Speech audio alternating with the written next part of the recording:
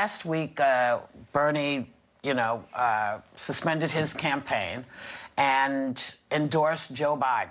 And now, are you going to be able to do the same thing, given the fact that everyone's initial thought is to get who out of the White House and get some semblance of, intelligence back in? Do you think it's time to have a conversation with Joe? Yeah, absolutely. I think, I think right now, just the stakes are too high when it comes to another 4 years of Trump. My community especially has been so impacted. And it's, for a lot of communities, this is an issue of life and death. We've had kids in cages. We've had a pandemic response that happened way too late that has cost us lives. We have people that don't have access to critical care that they need. I think it's really important that we rally behind our Democratic nominee in November.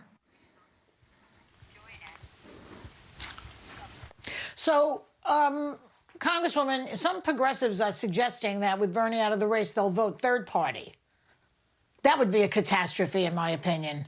What do you say to those people? And also, part two, Biden has made some efforts to appeal to progressives, like lowering the eligibility age for Medicare to 60 and expanding student debt forgiveness. Is that enough? So I think.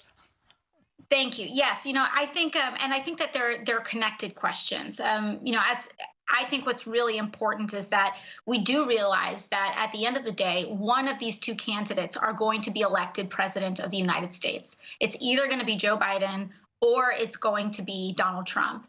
And I think it's important to, communicate some empathy. I know for a lot of people, this was not the outcome that they may have wanted, and this was not the choice that they wanted to make. But ultimately, when it comes to those two, I don't think it's particularly close in terms of what communities will be made more vulnerable. And I think but what I also think is really important is that the way to I think move in a unifying direction, as I said before, is that unity isn't a feeling, it's a process. And I think that that Biden can go further. I think that it's not necessarily enough. Lowering Medicare to 60 by 5 years is still more conservative than what Hillary Clinton proposed in 2016. Hillary was talking about lowering it to 50 4 years ago. And so I think that there's certainly room. I think that there's going to be room on issues like immigration, Puerto Rico, healthcare, climate change. And I think that it's healthy to do that. And I think what we shouldn't do is recreate this dynamic where we are kind of finger wagging and nagging people into voting because it's not a way of generating enthusiasm. I think one thing that we can do is improve the policies that we have as a party to tell young people, to tell all sorts of people, we see you and we have a plan for you, and we're going to create hope for all sorts of communities in the United States. Now, Vice President Biden's been very clear that he plans to pick a female vice president. You're not old enough to be eligible to run with him, but do you have any suggestions for a female vice president, someone that you'd like to see on your party's ticket? I think what's incredible is that we have a lot of talented women of color who are leaders in this country, whether they're in Congress or whether they're in the Senate. I mean, whether they're governors of states or whether they don't even hold elected positions at all, but had held elected positions. I think what's really important is that it's a combination of two things.